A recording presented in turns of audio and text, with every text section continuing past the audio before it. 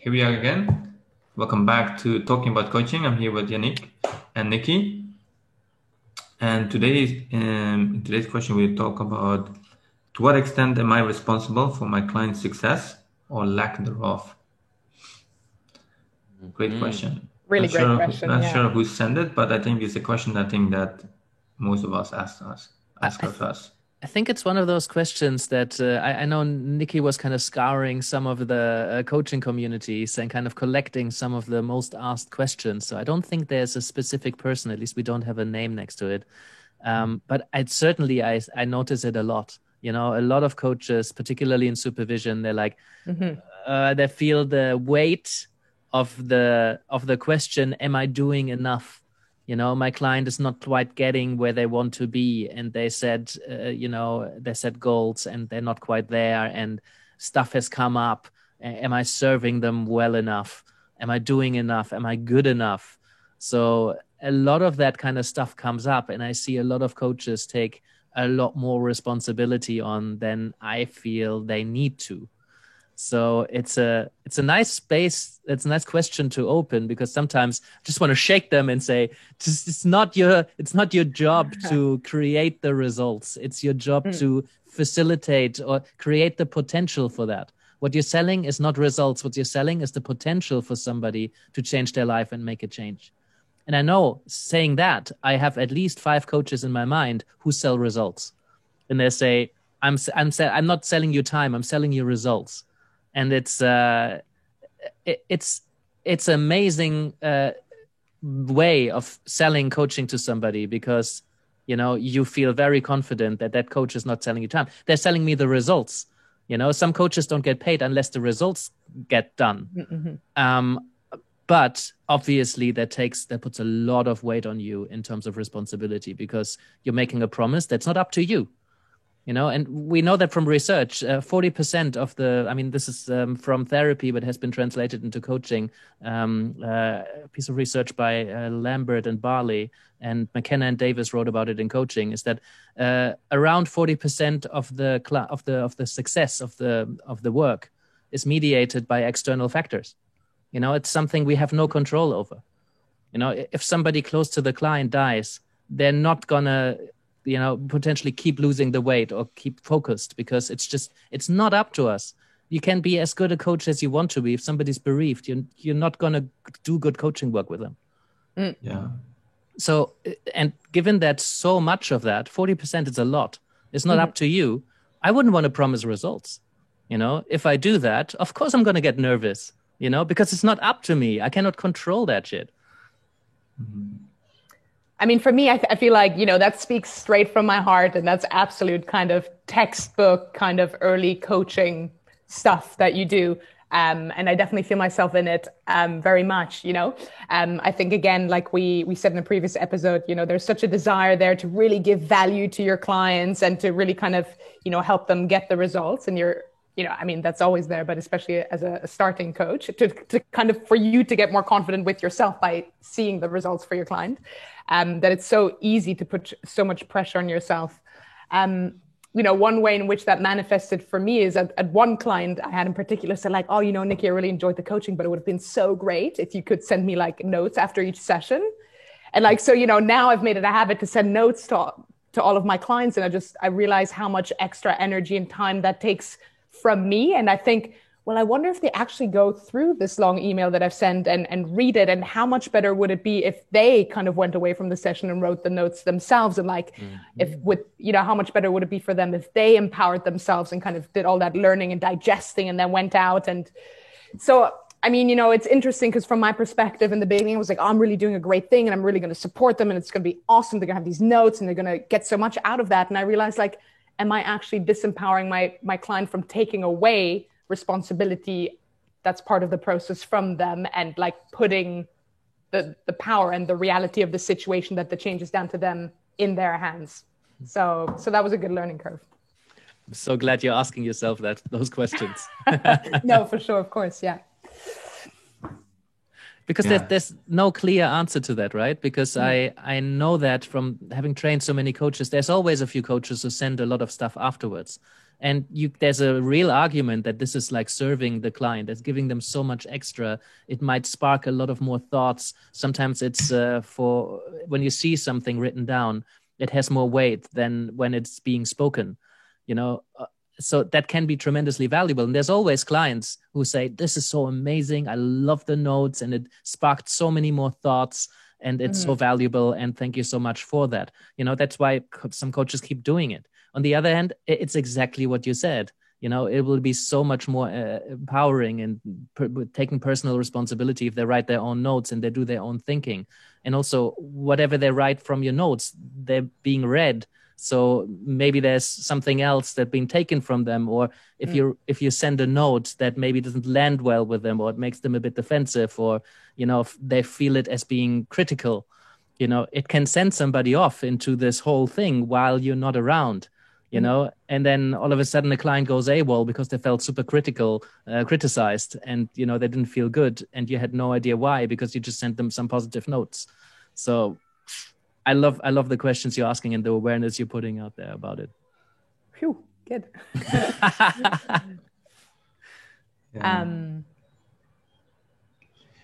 It's such an interesting question, isn't it?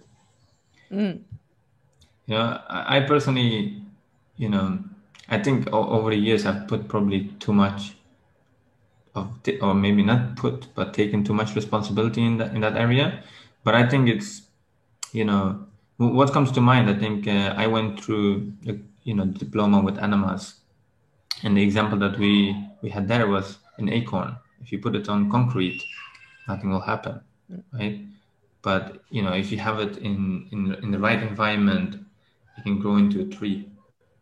And so for myself, I'm constantly thinking, how can I create that? How can I help create that environment for the client, right? And it comes maybe just through really connecting to the last question, really getting to know this person really well, right? What can I do to help you? But, at the core of it, really now, for me, it's about ownership. It's one of those relationships that, like anything, I think even in a romantic relationship, it's just about if both parties give 100%, take 100% ownership, I think that's where results are created. Mm-hmm.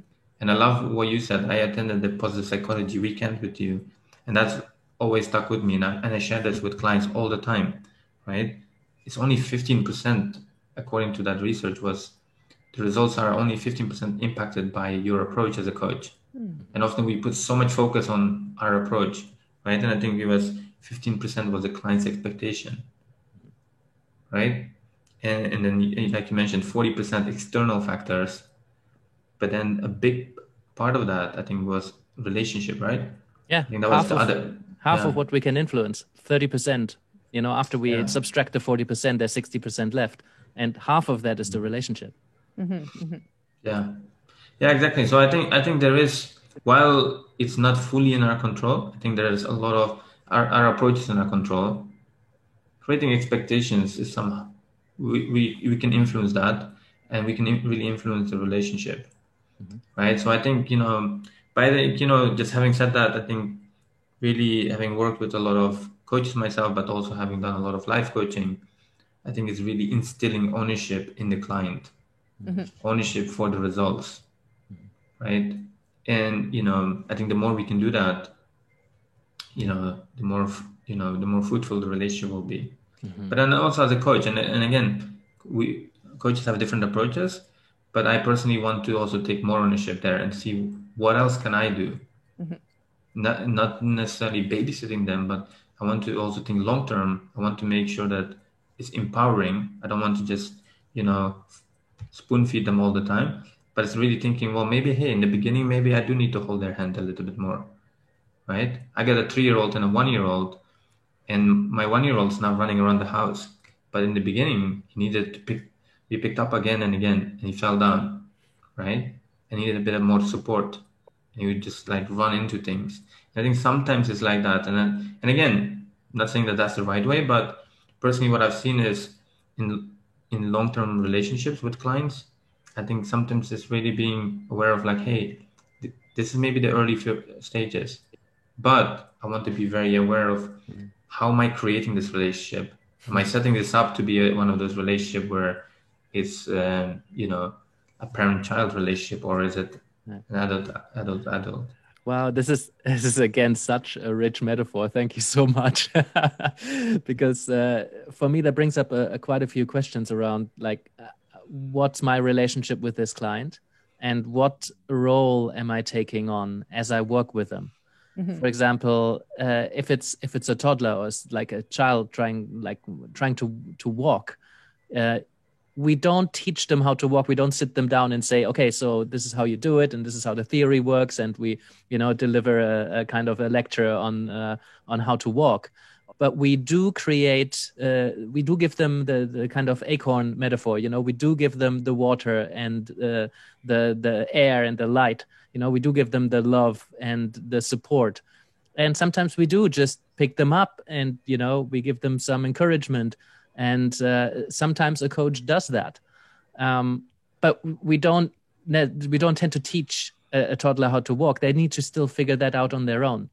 But that said, in coaching, we don't work with little children. We don't work with somebody who we might call vulnerable or needs the kind of pick me up. We still need love and support. We still need all the conditions for growth. And this kind of ACON stuff is based on Carl Rogers' work on humanistic psychology. The core conditions for therapy are the same than the core conditions for people to self-actualize, people to take their own ownership. We always turn towards the light. Flowers, plants, they turn toward the light. It's the heliotropic effect. Kim Cameron, you'll notice that in plants, they always turn towards the light if they got the right conditions. Then they grow, and then they will grow into a beautiful tree. So what can I take responsibility for is the main question here. And I think as a coach, that's an important question to ask yourself. My responsibility might not to teach you how to walk, but my responsibility in this relationship might be to create the environment where you're not going to be discouraged when you fall. Eventually, like occasionally I might give you a hand to get back up. Occasionally I might give you a word of love or encouragement or positive affirmation, that I do believe that you can do this because I've seen so many other people do this. What are you willing and able to take responsibility for? You're not able to take responsibility for that person managing to learn how to walk in a certain time frame. That depends on a lot of the client factors. That's not something that you can necessarily control, but you could influence it. So to what extent are you willing to take responsibility for that? I take responsibility for the love, light, water, and space. I can do that, but only within the coaching relationship. I cannot do it outside.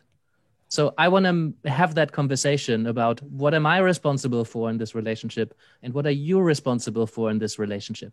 And again, it's one of those things I include in the contracting conversation. It's like, what can I do and what can I not do? What I expect you to do, what can you expect me to do? Here's something you can expect from me. Here's something you cannot expect from me. This is something I expect from you. And when you have that conversation, then you're clear about where the responsibilities lie. And then you can feel safe and secure and not so weighed down because you're both clear and you agreed on what you do and what you do not take responsibility for. And that just changes the whole game. So again, it comes back to contracting for me. I agree. I mean, yeah, what I'm really getting out of this session quite powerfully, and I really kind of resonate with, thinking about the question. The most valuable, I think, that, we offer as coaches and that I think should or can take responsibility for is exactly that looking both at the parenting metaphor, the acorn one, it's kind of creating the space, that 1 hour, 2 hour session or whatever for our client, creating the space, creating the atmosphere and contributing to a kind of a mindset for our client that enables them to ask questions that they don't in their everyday or in the current of their everyday lives and the pace at which their lives are running. So it's kind of to, slow it down, open and create the space. And the thing I've particularly been focusing on, and I think, that is obviously particularly the role of the coach, is asking powerful questions. I think there is a huge difference between just asking lots of questions and going into detail. And I think that's all great. But, the difference for the clients of when you do manage to like place a really just like a powerful question in there, and the transformation that happens for them then is it's just another level. And I think ultimately that's what I see the role of a very good and effective coach, and their responsibilities asking those powerful questions. And figuring out what a powerful question is, because how are you can be the most powerful question to ask. That's true. Yeah. And so it depends. And some of that comes with intuition, some of that comes with experience. Some of that comes from just like looking at lots and lots of questions and internalizing a lot of questions that have been found to work in many cases. And then just, in that moment, being able to make a decision on what might be a powerful question. Don't get too hung up on what's the most powerful question, because your responsibility is not to always ask the perfect question.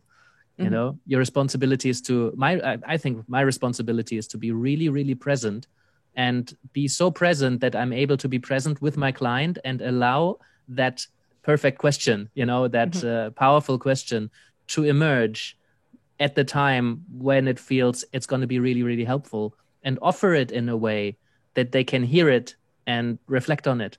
My responsibility is to create the space where the client feels safe enough to consider perhaps a critical question, or a question that confronts them with another part of themselves. My responsibility is to contract clearly and get the kind of agreement from the client that we're going to be working in this way. My responsibility is to create a space where they feel safe enough to grow and be uncomfortable, but also to celebrate their success and their win and their change, and create that kind of balance. So there's a lot more that I feel responsible for. But also I need to give myself permission to be human and to, ask a question in a really bad way, ask a question that is useless. I still often, more often than I like to, ask compounded questions, 3 questions together, or I waffle around the question because it's still forming, rather than taking some time thinking about it and asking it in a clear and concise way, but that's okay. It's not my responsibility to be perfect. My responsibility is to work as best as I can, reflect on it, take it to supervision, do my continuous professional development, talk to other coaches like here, so we can continuously grow, so I can play at the top of my game as much as I can, which is not anywhere near perfection. I'm continuously growing. So that's some of the things I take responsibility for. Nice, Yannick. That's good to hear. Cool. Yeah. I think we're done. Yeah. I like it. Yeah, I think the biggest insight for me was actually just having that conversation up front. Regardless of how you work, I think it's that probably instills the most ownership. Yeah. And I think, just something I want to leave, people with is, I think often as coaches, people come to us often thinking, well, this person is going to actually sort me out or fix me. And I've done this in the past, hiring coaches or even personal trainers, thinking, okay, now I'm finally going to lose that weight, or finally going to get fit. You have to do the work, and actually just making that clear up front, it sets you up in the right way. See, we weren't done. I should have totally allowed that silence to just kind of unfold a little bit. What a bad coaching mistake.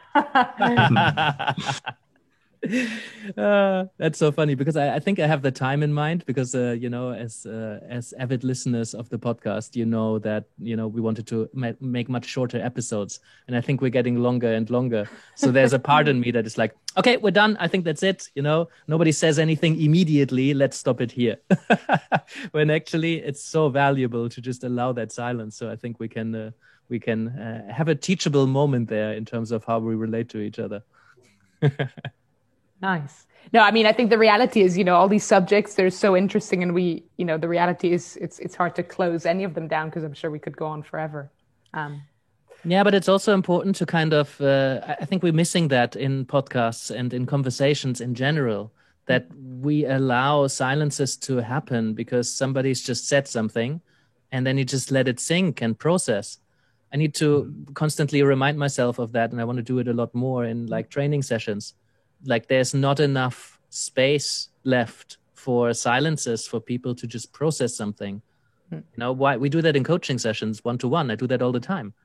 But I don't do it in group scenarios like this one or like training rooms. So I think it's a useful reminder to allow that more so people have time to think.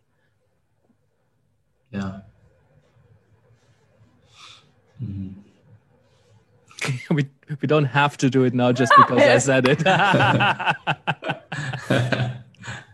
Yeah. Classic. Anyway, wherever you're listening, you know, share with us in the comments. What do you do? How do you create? How do you create more success in your clients, and how do you see yourself there in that relationship? And what do you take responsibility for? You know, and what do you expect your clients to take responsibility for? Maybe another checklist, Sievert.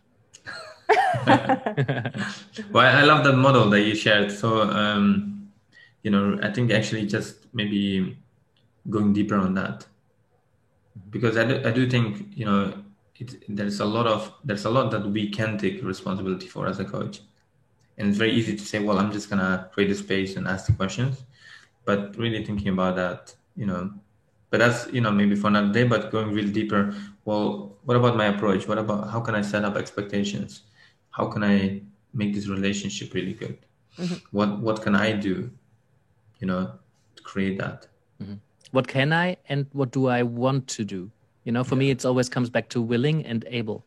Yeah. You know, what am I able to do, but also what am I willing to do? Because I might be able to pick you up and teach you things, but I might not want to do that. Maybe it's not the kind of work I'm interested in. Yeah, I think that's a good distinction. I'm working right now with a life coach in the second year, and he was clear from the start. There is no agenda, and you know, the first conversation was super clear about the responsibility being with me, and there's no like regular check-ins and stuff. But it's some of the most powerful coaching I've experienced, right? But he's slowly helped me to become a better client by helping me create more integration time after the sessions, right? Little things.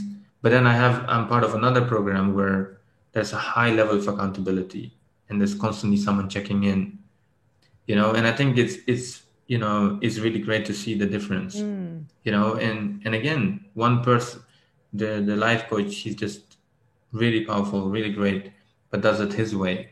So I love the distinction that you mentioned there.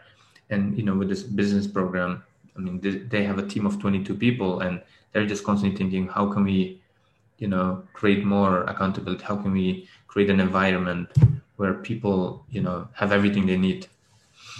And I like the idea of sharing responsibilities across different professionals because we cannot be expected to wear all of the hats together. You know, I've always, like for a while, I've had the idea of like what I call tag team coaching, where I would do the deep existential stuff that I arguably enjoy very much, perhaps more than the kind of checking in regularly, accountability, you know, setting very clear goals, evaluate how the actions have gone since last time. I can do that, and I do that with a fair amount of clients because it feels important to the work. But I thought, like, why don't you have somebody who loves to check in on WhatsApp every single day, you know? And why don't I work with that person? And I can just clap him in after we've done the kind of foundational work. And then we kind of have our own peer supervision sessions where me and that accountability coach get together and we share how these sessions went. So, you know, you get an absolute VIP package with could be more than 2 coaches. It's like, oh, now like meditation comes up. Why don't we clap in a meditation teacher? You know, and then you get all of these different roles from different experts, and they have like once a month they come together and they discuss different clients that they work with.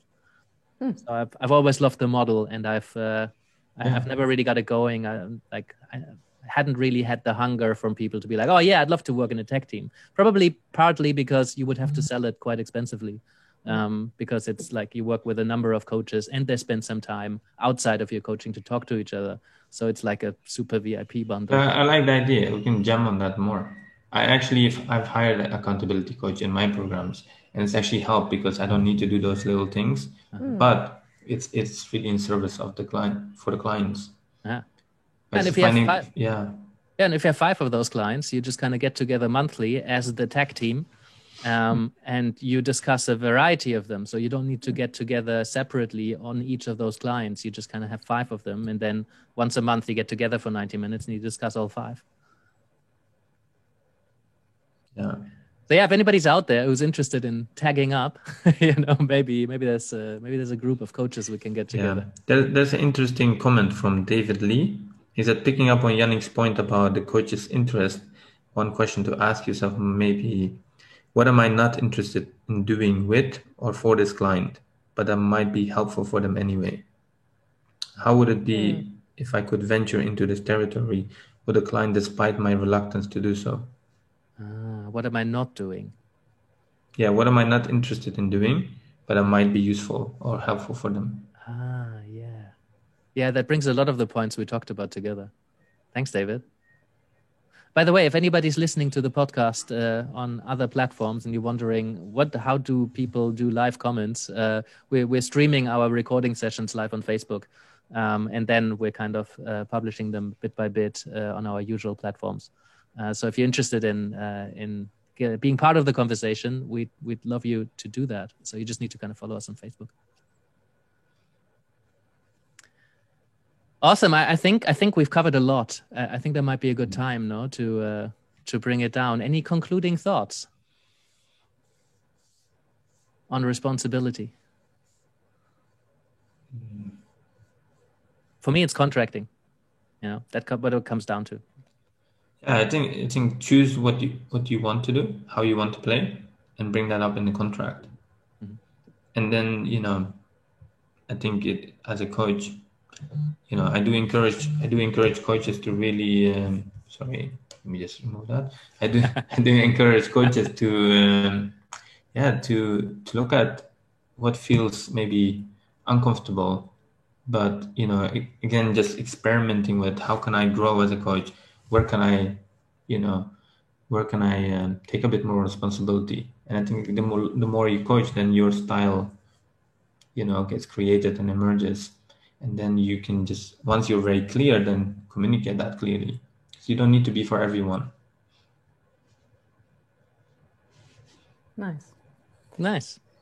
Yeah. Sorry, Nikki, do you want to say anything? No, I think I would just start a whole nother, I would open up a whole other conversation. So I'll leave it there. But I found it a really, really great question, really, really great ideas about it. And for me, it's a subject that's going to continue to be kind of, in growth and under review. It's an ongoing question, I think, that coaches need to ask themselves. Thank you, guys. Thank you for being with us today. I appreciate your commitment to learning and growing as a coach. Just a few things before you go. First of all, we're doing this for you. So if there's anything you'd like us to talk about, do send us a question. Secondly, we're not doing this for profit, so we rely on your support to help us reach as many coaches as we can. So if you can send this episode to a friend or tell a fellow coach about what we're doing here, maybe you can subscribe or leave us a review or even support us on Patreon. That would be amazing. And lastly, you can find us across all major platforms. So whether you like to watch or you like to listen or you like to download episodes and listen to it in your car while you're driving through somewhere with no internet, you can do so too. And that's it from us. Thank you, and I hope to see you next time.